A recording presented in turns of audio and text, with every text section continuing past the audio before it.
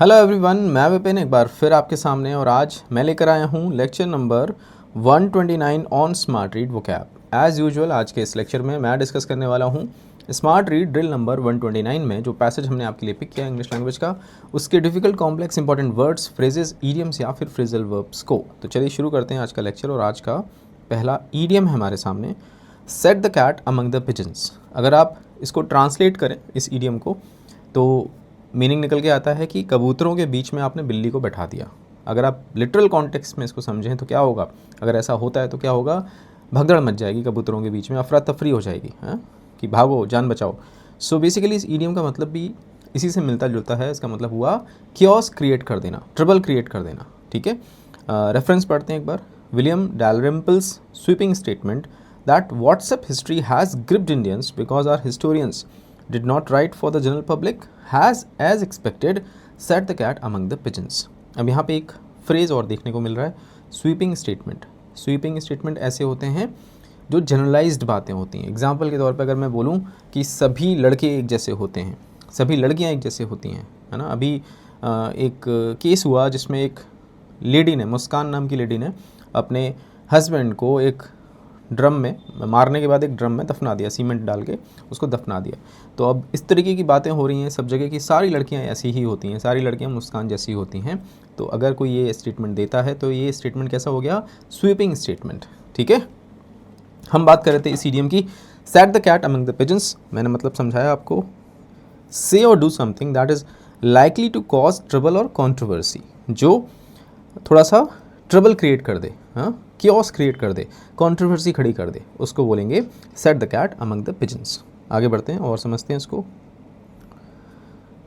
Demonetisation announcement 2016 में नोटबंदी की जब अनाउंसमेंट हुई तब when the government of India announce the sudden demonetisation of rupee 500 and 1000 notes, it set the cat among the pigeons by causing panic among citizens, businesses and political parties।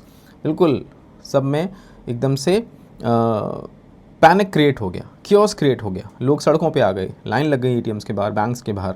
ठीक है, so set the cat among the pigeons. एक और example, introduction of GST, the roll out of the goods and services tax set the cat among the pigeons among businesses and traders who were initially confused and apprehensive about the new taxation system. जिनको इसके बारे में संदेह था, GST जो अभी tax लगा हुआ है, जब ये आया, स्टार्ट हुआ, रोल आउट हुआ, तब इसने क्योस या ट्रबल क्रिएट कर दिया या कन्फ्यूजन क्रिएट कर दिया सभी ट्रेडर्स और बिजनेसेस के बीच में। ठीक है, चार और एग्जांपल्स हैं, इनको पढ़ते हैं और देखते हैं कौन सा सेंटेंस सही है और कौन सा गलत। His bold statement about corruption set the cat among the pigeons at the meeting. बिल्कुल सही है, यानी एक तरीके से ट्रबल क्रिएट कर दिया। यहाँ पे अगर कोई ऐसा दे देता है कि करप्शन के बारे में उसने इतना बोल्ड स्टेटमेंट दे दिया कि जितने लोग मीटिंग्स में बैठे थे उन पर ही अगर बात आ गई, सपोज करिए, तब वहाँ पे ट्रबल वाला कॉन्टेक्स्ट आएगा। He set the cat among the pigeons by making an unexpected revolution during the press conference. वैसे ही कुछ मिलता जुलता है, ये भी सही है। The CEO's controversial statement about restructuring set the cat among the pigeons during the board meeting। ये भी वैसा ही है, कुछ सिमिलर, इसको भी सही कर सकते हैं। When the new art exhibit was announced, it set the cat among the pigeons, attracting crowds of curious visitors। Doesn't make any sense, है ना। अगर विजिटर्स की क्राउड को आप अट्रैक्ट करते हैं तो इसमें इस ईडियम का कोई सेंस नहीं बन रहा, इसको हम एलिमिनेट कर सकते हैं। आगे बढ़ते हैं बच्चा पार्टी। अगर हम सिनोनिम्स की बात करें तो stir up trouble, create chaos, provoke action, ये सारे इसके सिनोनिम्स फ्रेजेस हो सकते हैं। एंटोनिम्स की बात करें तो काम द वाटर्स, यानी कि मसले को शांत करना, अवॉइड कॉन्फ्लिक्ट, सेटल डिस्प्यूट्स, ये सारे एंटोनिम्स के तौर पे कंसीडर किए जा सकते हैं। चलिए, नेक्स्ट वर्ड इज आगो। टी साइलेंट रहता है, आगो। ठीक है, reference the success of books produced by a small serious section of academics who still write depends a lot on the complicated coded argot that prevails within their community। हमने एक बार जागन पढ़ा है, जागन जो एक सर्टेन डोमेन की language होती है, एक तरीके से कोडेड लैंग्वेज या टेक्निकल लैंग्वेज जो उस डोमेन के लोगों में आम होती है।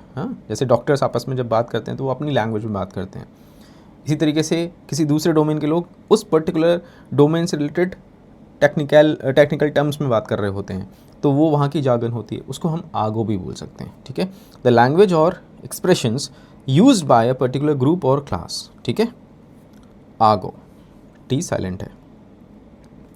Dabbawalas of Mumbai. The Mumbai Dabbawalas use a unique argot comprising alphanumeric codes and symbols to coordinate their delivery operations efficiently. जो मुंबई में डब्बावालाज हैं, जो बेसिकली पूरी रीढ़ की हड्डी हैं वहाँ के डिलीवरी सिस्टम की, वो आपस में जब कम्युनिकेशन करते हैं तो वो अल्फ़ान्यूमेरिक कोड्स में बात करते हैं। तो वो जो अल्फ़ान्यूमेरिक कोड्स हो गए वो उनके लिए आगो का काम करते हैं, जार्गन्स। ठीक है, इंडियन क्रिमिनल अंडरवर्ल्ड। अब अंडरवर्ल्ड में जो लोग होते हैं, क्रिमिनल्स जो होते हैं, वो आपस में कोड वर्ड्स में बात करते हैं, है ना। एग्जांपल के तौर पे हफ्ता अब तो सभी को पता है, एक्सटॉर्शन मनी जो होता है, जब आप किसी को धमका के पैसा हड़पते हैं उसको हम हफ्ता बोलते हैं। सुपारी कॉन्ट्रैक्ट किलिंग के लिए यूज़ होता है। तो ये बेसिकली जार्गन्स हो गई अंडरवर्ल्ड की या आगो हो गई। ठीक है, 4 और एग्जाम्पल्स इनको भी पढ़ते हैं। The workers communicated in a specific argot that was unintelligible to outsiders. एक जगह पे पर्टिकुलर वर्कर्स हैं, वो आपस में इस लैंग्वेज में बात कर रहे हैं जो आउटसाइडर्स को बिल्कुल समझ में नहीं आ रही। बिल्कुल सही है। As a student of linguistics, she was fascinated by the argot used by different subcultures. एक लिंग्विस्टिक की स्टूडेंट के नाते वो काफ़ी फैसिनेटेड थी, वो इस चीज़ को लेके बड़ा अचंभित थी, उसको आनंद भी आ रहा था कि कैसे डिफरेंट सब कल्चर्स आपस में आगो यूज़ कर रहे हैं अलग अलग टाइप से। ठीक है, सही है ये भी। द टीचर्स आगो made the lesson easily understandable. ये थोड़ा सा ऑपोजिट हो गया, अगर आगो यूज़ कर रहे हैं तो वो ईजिली अंडरस्टैंडेबल कैसे हो जाएगा। ठीक है, गलत है। The street artist in the city used a unique आगो that only their peers could fully understand. अब स्ट्रीट आर्टिस्ट जो हैं वो एक तरीके की लैंग्वेज यूज़ कर रहे हैं जो उनके ही लोगों को, उनके जो साथी संगी हैं उन्हीं को समझ में आ रही है। ये भी सही है। ठीक है, हाँ जी। जार्गन, टर्मिनोलॉजी, ये इसके सिनोनिम्स हो गए। एंटोनिम्स, प्लेन स्पीच, सामान्य साफ भाषा, कॉमन लैंग्वेज, आम भाषा, इसको हम एंटोनिम्स के तौर पे कंसिडर किए जाएंगे, कर सकते हैं। ठीक है, now the next phrase is cherry pick. Cherry pick बिल्कुल आप चूज़ करें बहुत सोच समझ कर, उसको चेरी पिकिंग बोलते हैं, है ना। ठीक है, पढ़ते हैं reference. Amish Tripathi's religio historic fiction और the political position that a banker turned cherry picking pseudo historian like Sanjeev Sanyal has achieve. इसमें सीडो आया एक वर्ड। सीडो बेसिकली एक तरीके से फेक या केवल नाम का उसके लिए यूज़ करते हैं सीडो। ठीक है, सीडोनिम आया था, याद हो आपको। सीडोनिम यानी फेक नेम, यानी किसी ने अपना असली नाम ना रख के कोई और नाम रख लिया, उसको सूडोनिम बोलते हैं। तो सूडो वहीं से आया। ये जो प्रीफिक्स है इससे आप अंदाज़ा लगा सकते हैं कि वर्ड का क्या मीनिंग हो। सीडो हिस्टोरियन नाम के लिए, यानी एक तरीके से हिस्टोरियन नहीं है पर अपने आप को वो बोल रहा है कि वो हिस्टोरियन है, तो सीडो ही हिस्टोरियन हो गया वो। ठीक है, मीनिंग क्या है, हम बात करते हैं चेरी पिक की। मीनिंग क्या है इसका, choose and take only the most suitable from what is available. यानी जो आपको उसमें जो भी लॉट है, जितने भी आइटम्स हैं उसमें से कुछ खास ही समझ में आ रहे हैं, आप उनको अगर पिक करते हैं तो बोला जाएगा आप चेरी पिकिंग कर रहे हैं। ठीक है, जैसे कि ये अब इतने सारे लोग हैं, ये सब इंटरव्यू देने आए हैं जॉब के लिए। अब आप एक सर्टेन पर्सन को आप पिक करते हैं तो आप चेरी पिकिंग कर रहे हैं। अब कुछ सर्टेन एस्पेक्ट्स पे आपने चूज़ किया हो वो आप भी को पता होंगे, पर अगर आप ऐसा कर रहे हैं तो basically you are cherry picking. ठीक है, और समझते हैं इसको बेटर मैनर में। 4 एग्जाम्पल्स हैं हमारे सामने। The team decided to cherry pick the best candidates for the project based on their skills. ठीक है, समझ में आ रहा है, बिल्कुल सही है। The researcher carefully cherry picked data points that supported the hypothesis while ignoring the contradictory ones. ठीक है, बिल्कुल सही है। The manager decided to cherry pick the best candidates from the pool of applicants for the final interview. ये भी सही है। The editor had to cherry pick the best stories from a large pile of submissions for the magazine. ये भी सही है। All are correct. All are correct. एक बार ये सेकंड वाला दोबारा से पढ़ लेते हैं। The researcher carefully cherry pick data points that supported the hypothesis while ignoring the contradictory ones. बिल्कुल सही है, यानी कि जो हाइपोथेसिस को डेटा पॉइंट सपोर्ट कर रहे थे उन्हीं को रिसर्चर ने पिक किया, बाकी को इग्नोर कर दिया। जो कॉन्ट्राडिक्टरी वंस थे उनको इग्नोर कर दिया। ठीक है, आगे बढ़ते हैं। सो सिनोनिम्स की बात करें तो सेलेक्ट केयरफुली, फिल्टर लगा देना, प्रायोरिटाइज कर देना, एंटोनिम्स रैंडमाइज यानी किसी को भी कहीं से भी आपने पिक कर लिया। चूज़ इनडिस्क्रिमिनेटली यानी कोई डिस्क्रिमिनेशन नहीं, कोई भेदभाव नहीं है, आपने जो मन में आया मतलब बस आंख बंद करी और पिक कर लिया, ठीक है। Now the next word is irrefutable. क्या रेफरेंस है इररेफ्यूटेबल का, एक बार पढ़ लेते हैं। We forgot to emphasize with irrefutable evidence that invasions are a recurrent feature of history and that India's population is chock-a-block with descendants of former invading forces and communities. Okay, so irrefutable क्या meaning है इसका? Impossible to deny और disprove यानी जिसको आप नकार ना सकें, जिसको आप असत्य प्रूव ना कर सकें, जिसकी प्रेजेंस को आप नकार ना सकें, डिनाई ना कर सकें या डिसप्रूव ना कर सकें, उसको बोलते हैं इररेफ्यूटेबल, ठीक है। एग्जाम्पल के तौर पर अगर मैं बोलूँ the sun rises in the east, तो आप इस बात को नकार नहीं सकते क्योंकि ये यूनिवर्सली प्रूवन फैक्ट है, ठीक है। So irrefutable fact. Right to education act 2009 के कॉन्टेक्स्ट में एग्जाम्पल दिया है। Studies showing increased school enrollments after implementing the RTE Act serve as irrefutable evidence of its positive impact on education access in India। यानी कि right to education act जब आया उसके बाद से जो स्कूल में बच्चों के एनरोलमेंट्स थे जब वो बढ़े, तो इस बात ने इसको प्रूव किया कि इस एक्ट से फ़ायदा हुआ है। सो ये इररेफ्यूटेबल था, इसको आप डिनाई नहीं कर सकते, ठीक है। Delhi air pollution crisis. The data on the AQI during the winter months provides irrefutable evidence of the alarming pollution levels in the national capital region. जो दिल्ली की हालत होती है सर्दियों के महीनों में, जो पोल्यूशन का लेवल पहुंच जाता है, वहाँ पे AQI से पता चलता है कि भैया आप इस बात को नकार नहीं सकते कि पोल्यूशन लेवल जो है वो अलार्मिंग लेवल्स पे पहुँच चुका है। यानी अब सर बिल्कुल डूब चुका है पानी में, अब बहुत जल्दी आप विनाश देखेंगे, है ना। कहने का मतलब यह है अगर आप ऐसी सिचुएशन चलती रही तो बहुत जल्दी अगले आने वाले कुछ सालों में हमें वहाँ पे विनाश देखने को मिलेगा सर्दियों के टाइम पे। अब ये वर्ड जो मैं बोल रहा हूँ ना विनाश, ये अभी आपको समझ में नहीं आएगा, हो सकता है आपको लगे कि मैं यहाँ पे एग्जैजरेट कर रहा हूँ, पर ट्रूली स्पीकिंग जो लोग वहाँ पे रह रहे हैं, जो सर्दियों में रह रहे होते हैं बच्चे, आप सोचें कि स्कूल जाना बंद हो जाता है, यानी मौसम ख़राब होने के कारण या हवा ख़राब होने के कारण, मौसम छोड़िए हवा ख़राब होने के कारण स्कूल जाना बंद हो जाता है। जस्ट इमेजिन दिस सिचुएशन कि क्या बुरी हालत हो रही होगी वहाँ पे, ठीक है। सो इररेफ्यूटेबल, इस बात को नकारा नहीं जा सकता। हाँ जी, 4 और एग्जाम्पल्स इनको भी पढ़ते हैं। His irrefutable logic left no room for further debate on the issue. यानी उसका जो इररेफ्यूटेबल लॉजिक था, यानी जो आप नकार नहीं सकते, डिनाई नहीं कर सकते, उसने अब कोई रूम या कोई स्पेस नहीं छोड़ा डिबेट आगे जाए। यानी वो उसने ऐसी बात वहाँ पे बोल दी कि डिबेट ख़त्म, एक पक्ष में चला गया, जो भी वहाँ पे डिबेट चल रहा था वो एक पक्ष में चला गया, ठीक है। सही example. His opinion on the matter was irrefutable and lacked any supporting data. अब 2 बात उल्टी लिखी हुई हैं, यहाँ पे इररेफ्यूटेबल भी लिखा है, फिर लिखा है lacked any supporting data. So ये कॉन्ट्रडिक्टरी है, गलत है ये।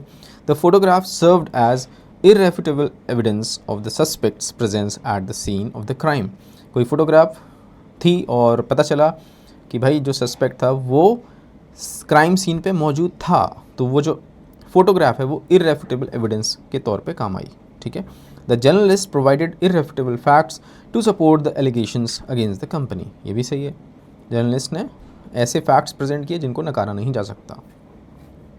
हाँ जी, सिनोनिम्स की बात करें तो इंडिस्प्यूटेबल, कंक्लूसिव, यानी जिसकी सहायता से आप कंक्लूजन पे पहुंच पाए वो इररेफ्यूटेबल हो गया। अनडिनाएबल, जिसको नकारा नहीं जा सकता, जो मैं बार बार बोल रहा हूँ। एंटोनिम्स डिबेटेबल, क्वेश्चनेबल या डाउटफुल, ये सारे एंटोनिम्स के तौर पे कंसिडर किए जाएंगे। Next phrase is chalk a block. अभी आया था रेफरेंस में, हाँ जी बिल्कुल सेम यहाँ पे आया था, जस्ट बिट, ये रहा चॉक ब्लॉक, खचाखच भरे होना। एडजेक्टिव के तौर पे यूज़ होगा, मीनिंग कंप्लीटली फुल और क्राउडेड विद पीपल और थिंग्स, यानी खचाखच, जो मैंने अभी बताया आपको, खचाखच भरे होना। हाँ जी, और बेटर मैनर में समझते हैं इसको। अब इस इमेज से आप क्लियरली इसको समझ पा रहे होंगे। जो स्टेशन है ट्रेन के लिए जो वेट कर रहे हैं लोग, उनकी हालत देखिए, भीड़ देखिए। Chock block, the scene is chock block, ठीक है। प्लेटफॉर्म इज चॉक ब्लॉक, पूरी तरीके से भरा हुआ है लोगों से, खचाखच। The train was chock block with passengers making it difficult to find a seat, बिल्कुल सही है। The park was chock block with children enjoying the summer activities, खचाखच भरा हुआ था चिल्ड्रन से, वो समर एक्टिविटीज़ को एंजॉय करें। थोड़ा सा मुझे गड़बड़ लग रहा है, आगे बढ़ते हैं। The city streets were chock block with cars during the evening rush hours, बिल्कुल सही है। The restaurant was chock block with barely enough customers to keep it running, with barely enough customers to keep it running, हाँ ये गड़बड़ हो गया ना। The restaurant was chock block with barely enough customers to keep it running, यानी मतलब ना के बराबर कस्टमर्स थे और फिर लिखा है चॉक ब्लॉक भी, तो ये दो कॉन्ट्राडिक्टरी बातें हैं। बेयरली इनफ कस्टमर्स गलत है ये। The park was chock block with children enjoying the summer activities, ये सही हो गया क्योंकि लिखा है पार्क बिल्कुल बच्चों से भरा था खचाखच, और वो बच्चे मज़े कर रहे थे, अपनी समर एक्टिविटीज़ का आनंद ले रहे थे। चलिए सिनोनिम्स की बात करें तो क्राउडेड, पैक्ड, फुल, ये सिनोनिम्स हो गए। एंटोनिम्स एम्प्टी, स्पर्स यानी बिखरे होना, सब जगह बिखरे हुए हैं। स्पेशियस यानी काफ़ी स्पेस है, ये एंटोनिम्स के तौर पे कंसीडर किए जा सकते हैं। दैट्स इट बच्चा party, now you know very well आपको क्या करना है। जो भी ईडियम्स हमने पढ़े, जो वर्ड्स हमने पढ़े, जो फ्रेज़ हमने पढ़ा, उस पे हर एक पे बनाना है आपको खुद का अपना सेंटेंस, और इस सेंटेंसेस के कॉम्बिनेशन को एक सिंगल कमेंट के तौर पे ड्रॉप कर देना है इसी वीडियो लेक्चर के कमेंट सेक्शन में। मैं हमेशा बोलता हूँ अगर आप ऐसा करते हैं तो सबसे ज़्यादा आप लर्न करते हैं, ठीक है। दूसरा काम, मैं अवेलेबल हूँ टेलीग्राम पे, this is my user name on Telegram. जिन भी बच्चों ने स्मार्ट रीड कोर्स परचेज़ कर लिया है पर अभी तक हमारे टेलीग्राम ग्रुप से नहीं जुड़े हैं, मेक श्योर आप जुड़ें। जुड़ने के लिए सिंपली अपना पेमेंट का स्क्रीनशॉट मेरे साथ शेयर करें इस टेलीग्राम यूज़र नेम पर, और मैं शेयर करूँगा हमारे ग्रुप का लिंक आपके साथ। ग्रुप ज्वाइन करें, बिकॉज एक्चुअल मेंटरशिप गाइडेंस सब वहीं पर मिल रही है, ठीक है। तीसरा काम, पूरा लेक्चर आपने देखा, लेक्चर नंबर 129। अब आपको जाना है स्मार्ट रीड डैशबोर्ड पर और अटैम्प्ट करनी है smart read drill number 129। Attempt करने के बाद आपको पिक करनी है आपकी आरसी स्पीड क्या रही इस पर्टिकुलर ड्रिल में, और आपकी आपका आरसी लेवल क्या रहा। दोनों के स्क्रीनशॉट्स लेके एज यूजुअल ड्रॉप कर देने हमारे प्राइवेट टेलीग्राम ग्रुप में, so that I can check, I can assess, I can gauge your performance and then I will be able to help you accordingly. मैं विपिन आपसे मिलता हूँ एक नए लेक्चर में कुछ नए वर्ड्स के साथ। Take care, bye bye.